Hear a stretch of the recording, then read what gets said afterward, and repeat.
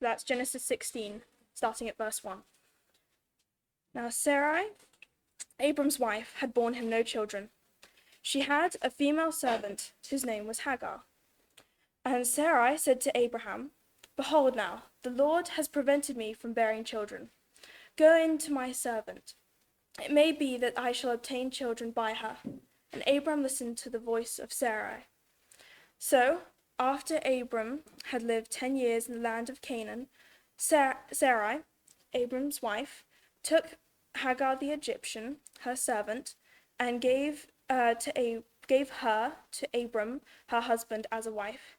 And he went into Hagar, and she conceived. And when she saw that she had conceived, she looked with contempt on her mistress. And Sarai said to Abram, "May the wrong done to me be on you. I shall give my servant to your embrace." And when she saw, no, sorry, I gave my servant to your embrace, and when she saw that she had conceived, she looked on me with contempt. May the Lord judge between you and me. But Abram said to Sarai, "Behold, your servant is in your power. Do with her as you please." Then Sarai dealt harshly with her, and she fled from her. The angel of the Lord found her by a spring of water in the wilderness, the spring on the way to Shur. And he said, "Hagar, servant of Sarai, where have you come from, and where are you going?" She said, "I am fleeing from my mistress Sarai." The angel of the Lord said to her, "Return to your mistress and submit to her." The angel of the Lord also said to her, "I will surely multiply your offspring, so they cannot be numbered for multitude." And the angel of the Lord said to her, "Behold, you are pregnant and shall bear a son. You shall call him Ishmael, because the Lord has listened to your affliction. He shall be a wild donkey of a man, his hand against everyone, and everyone's hand against him. He shall dwell over against all his kinsmen." Then she called the name of the Lord who had spoken to her. "You are the God of seeing." For she said, "Truly here I have seen him who looks after me." Therefore the well was called Beer Lahai Roi. It lies between Kadesh and Bered. And Hagar bore Abram a son, and Abram called the name of his son whom Hagar bore Ishmael. Abraham was 86 years old when Hagar bore Ishmael to Abram. God, thank you for this morning. Thank you for a wonderful week of hearing from all amazing speakers, and that we've been able to learn more about you. I pray that as we hear our last talk, that we would have open hearts and open minds, Lord. That you'd also be with Ula as he brings across what God's wanting him to. Lord, that you would restore his voice, that it would be clear and not sore after this, Lord. In your name I pray. Amen. I feel like I'm doing my best Annie Lennox impression. Well, I have Genesis 16 open in front of you.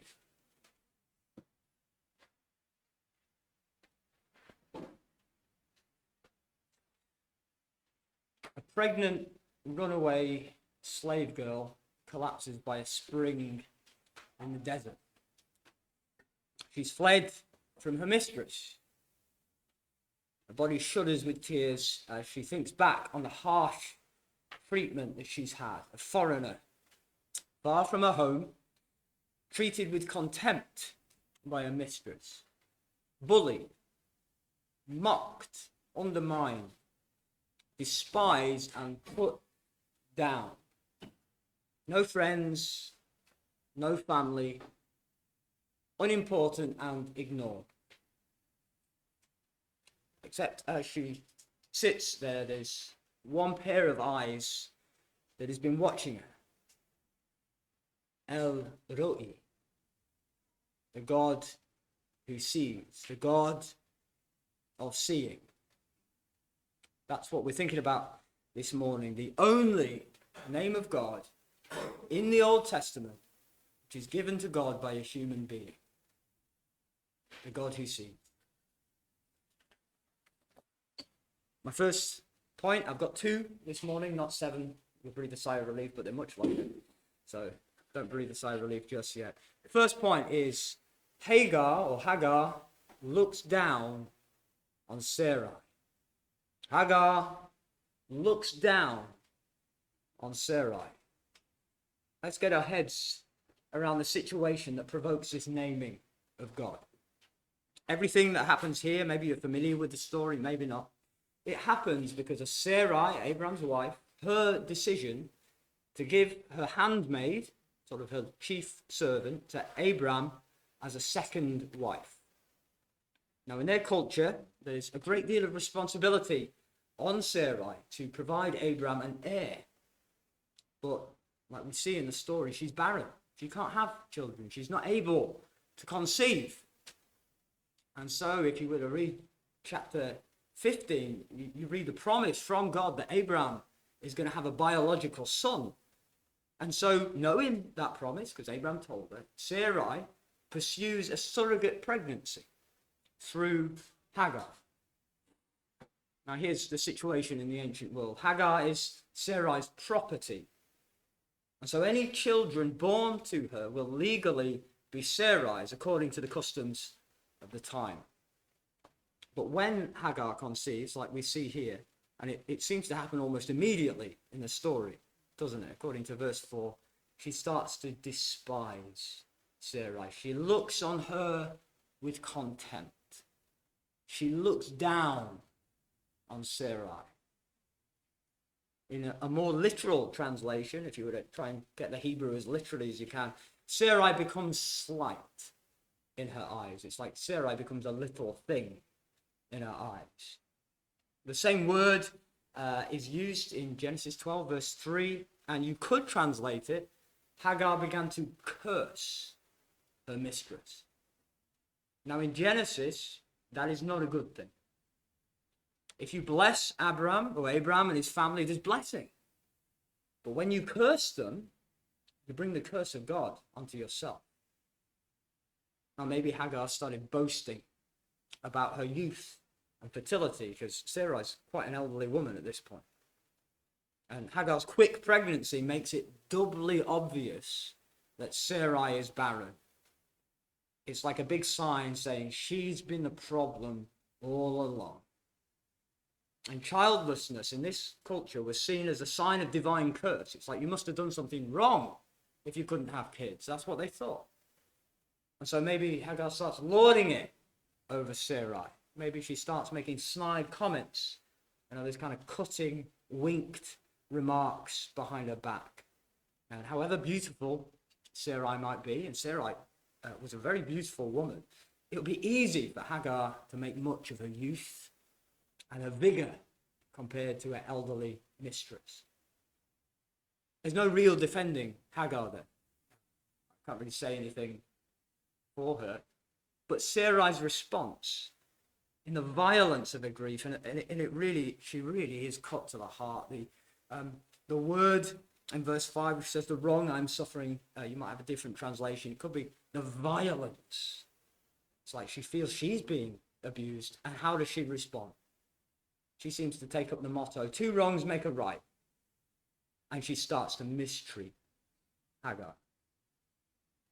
Now, there's some clues to the kind of mistreatment here. We don't know that much about the specifics of it. Because as a handmaid, now you might have the word slave in your Bible, you might have handmaid or servant. As a handmaid, Hagar enjoyed a position of favor and importance in the household. So, don't think of like Cinderella, or when she's kind of, doing all the cleaning for the ugly sisters or anything like that. She had a position of importance. It was like she was Sarai's personal assistant. She was really important in the house, the most respected woman after Sarai. She could tell all the other servants, all the other female servants, what they should do. But when Abram says, I never know quite what to say. Abram.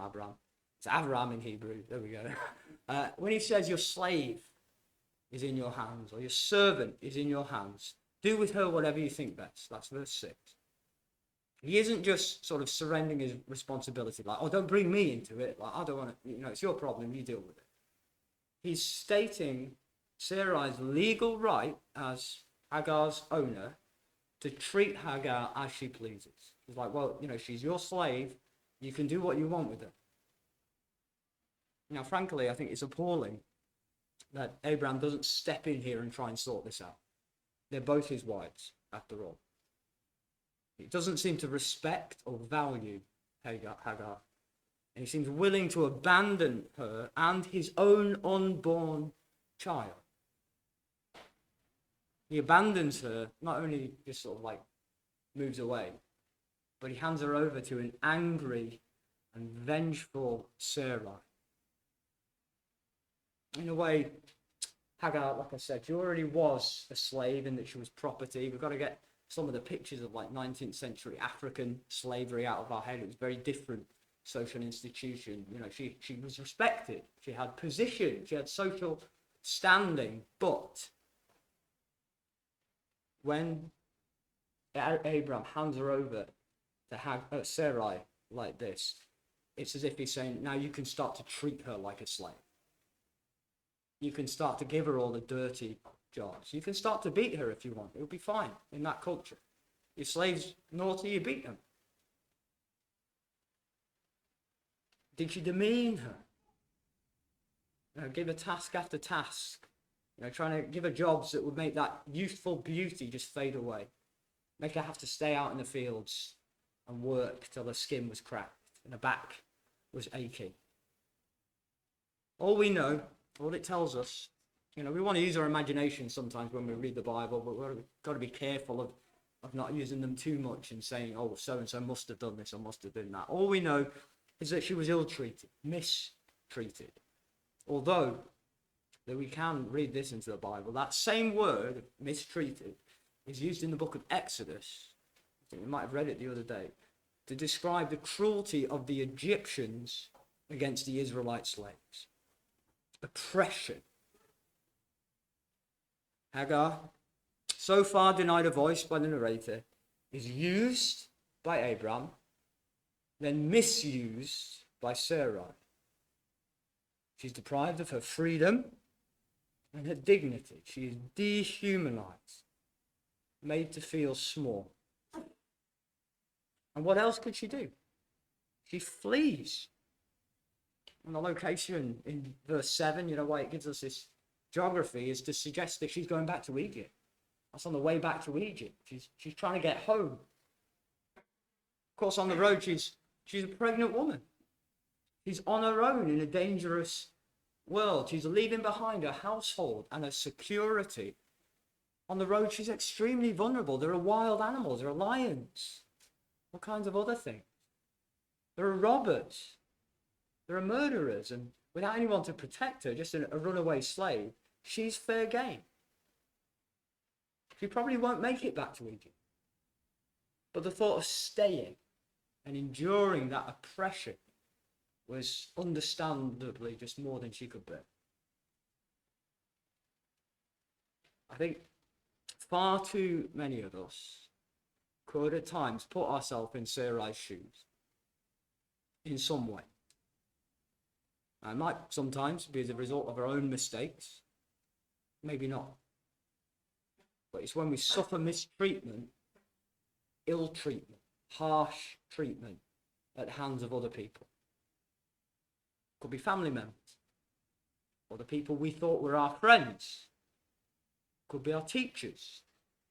It could just be a society that marginalizes us and despises us for whatever reason. The people who are supposed to protect us, letting us down. It's dehumanizing. It undermines our sense of self, of who we are, our value as human beings. And we can start to believe the insults and the lies that are spoken about us. Is there anywhere more lonely? Well, that was our first point. So we're roughly halfway through. Okay. Let's look at our second point. What was the first? Hagar looks down on Sarah. Well, our second one, I'm trying to be clever, never suits me. God looks down on Hagar. God looks down on Hagar. As we saw, didn't we? Hagar ends up alone in the desert. But is she truly alone? Look at how this passage is written. Verse 6 ends, he fled from her. And then verse 7 starts straight away with the angel of the Lord finding her.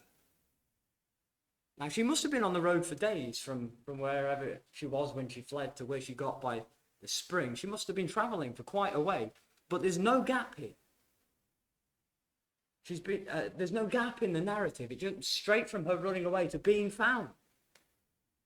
Alone as she thinks she is, the angel of the Lord finds her. Now, this is the first time.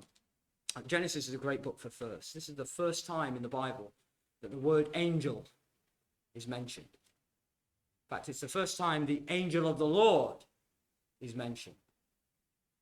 Now, let's do some language. In Hebrew, like in Greek, the word means messenger. That's what it means.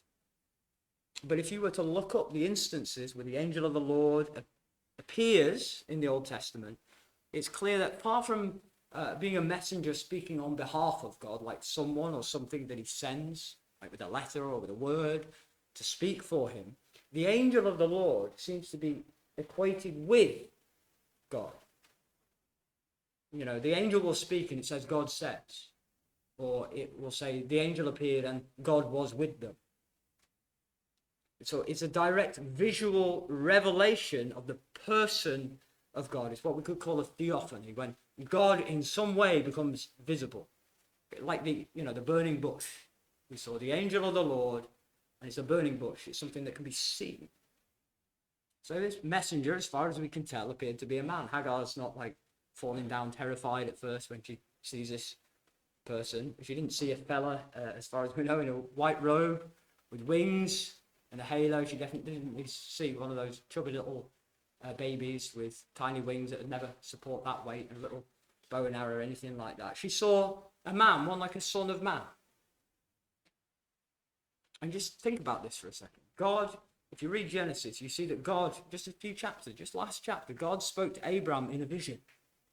He sent a vision and spoke to him. But the first time he appears visibly to a human being in the pages of Scripture, it's not to a prophet. It's not to a king. It's to a desperate and lonely woman fleeing an abusive mistress. Now remember how I said right at the beginning of this week that every name of God in situations in which they're given reveal something about God's character. Well, what do you think that this tells us about God? You'd have to put your hand up or answer. Just think about it. What does it tell us about God? That the first time he visibly appears to a human being, it's to Hagar. It tells us, amongst other things, that God cares about people that no one else thinks are important. And you see this throughout the Bible. Psalm 68 verse 5 says, he's a father to the fatherless. A defender of widows is God in his holy dwelling. You could read the books of the law, Genesis, Exodus, Leviticus, Numbers, Deuteronomy. See how many times God gives Israel laws to provide for and care for the marginalized, for widows and orphans, for refugees and foreigners, for poor people and sick people, even lepers, people who would be outcast from their society. There's laws to provide for and protect them. There's ways that they can be reintroduced and be brought back into society. If you were to read the books of the prophets, you'd see that some of the fiercest, the angriest, the most thundering condemnation that God has for his people is when they have been mistreating vulnerable people. You could read, let's say, the book of Micah or the book of Amos. Think of some New Testament examples. Do you know what Jesus said when his disciples tried to stop the little children coming to him. Because in the first century, they didn't even think children were human. They thought, like, come back to me when he's like 20 or something, and maybe I'll have something for him. They didn't care about children. They'd leave them, not so much the Jewish people, but the Romans, they would just leave babies on rubbish heaps. If it was hard to provide for them, they just didn't think anything of them. So when the disciples saw all these people just bringing little children to Jesus, they thought, no, it's too important for that. Children are rubbish. Do you know what he said? He rebuked them and he said, let the little children come to me and do not hinder them, for the kingdom of heaven belongs to such as these. That's Matthew 19, verse 14. He's not saying that the kingdom of heaven belongs to children. He's saying it belongs to little ones, to the people no one thinks are important, to the people the world despises. Who does he say is blessed at the start of the Sermon on the Mount? It's in Matthew 5. I'll read some verses for you. He says, the poor in spirit. Blessed are the poor in spirit. Blessed are those who mourn, the meek, those who hunger and thirst for righteousness, the merciful, the pure in heart, the peacemakers, those who are persecuted. Blessed are you when people insult you for my name's sake. God pays particular attention to the so-called little people of the world. People who are mocked and despised, who are pushed out. Weak and defenseless people, unliked people. People who have nothing to commend them to the world. And God looks down on them, not with judgment or anger, but with kindness and affection.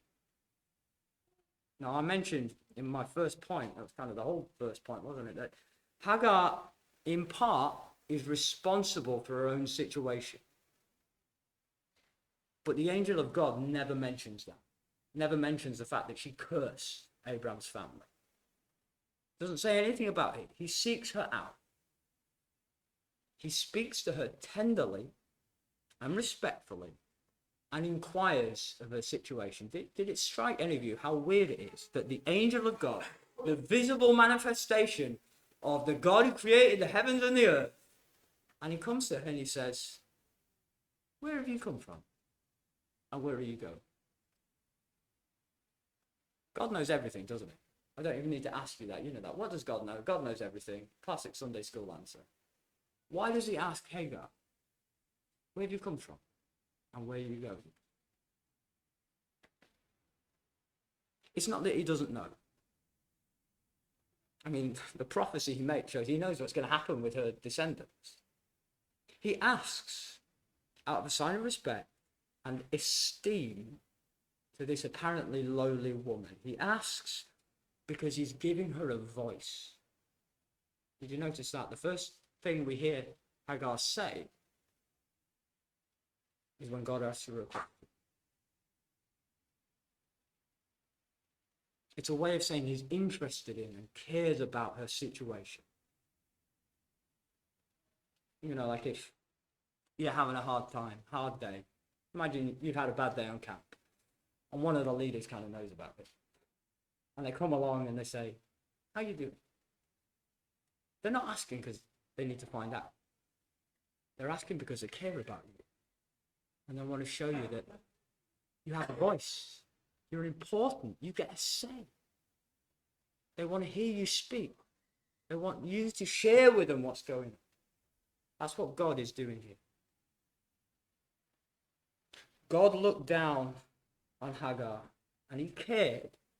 And he came in person to tend to her, to reassure her. God's attention, his concern, is never separated from his action. Jesus taught the same thing. He said, don't just go past someone who's having a hard time and bless them and go on your way. He said, if you see someone having a hard time, act. You know, it's one of the lessons from the parable of the Good Samaritan, isn't it? You just walk by on the other side. Don't just give them thoughts and prayers. Do something about it. God doesn't just show concern without acting on his concern. His action here is to make these great promises to Hagar of the life she's going to have, of the blessing she's going to receive. And so Hagar gives him a name, El Roi, the God who sees, the seeing God, the God who watches over me. Hagar names God, and God takes that name. He writes it in the pages of the Holy Bible so that we too can know it and use it. Now, it's sad to say, but sometimes Christians, even Christians, are guilty of being abusive to little people. Now, I'm not saying little people like children. I mean little people like children, widows and orphans, and all the people that the Bible talks about. People on the outside, just like Sarah did. And it is inexcusable. Now, sometimes it might be the difficult people, sinful people even, they rile us up. You know, they treat us badly, and we give them a little of their own medicine. But that's not God's way. We are not to be overcome by evil, says the Apostle Paul, but to overcome evil with good. God has revealed himself as El Roi. He has shown his concern for the so-called little people of the world. Can we learn from our Heavenly Father and demonstrate the same attention? Will we be like the angel of the Lord? Will we be like Jesus? Will we go out of our way to bring comfort and hope to the lonely and hurting people of the world? He shows us here how much they matter to him. Now, wouldn't it be a wonderful thing if you found an unexpected treasure? I was once working on a house in Morecambe. We were redecorating it, renovating it, and we lifted a carpet upstairs and we found 800 quid in old 20s under that carpet. You know, when you could still take them to the bank, split that, and we were very happy. Unexpected treasure. Well, friends, there's unexpected treasure all around us in the little people of the world. The weird kids at school, the difficult kids at your church, your friends and family that you can find it hard to get on with because they're just a bit angular, a bit difficult, a bit odd. The people who kind of just get left out. And these are the people who God thinks are especially important. Can we see them the way God sees them? And think, these are people who are worth getting to know. These are people who, if I can get to know them, I'll be blessed. I'll be enriched. As we close, let me reassure you, because it's entirely possible that rather than being a bully, you know what it was like for Hagar. You know what it's like to be bullied, to be put down, made to feel like you're unimportant, you're less than human, you're not like the cool kids. God wants you to know this morning that he sees you. He knows what you're going through. He cares about it because you are important. He will act on your behalf. So little people of the world, know the God who sees you. El Roi. Thanks.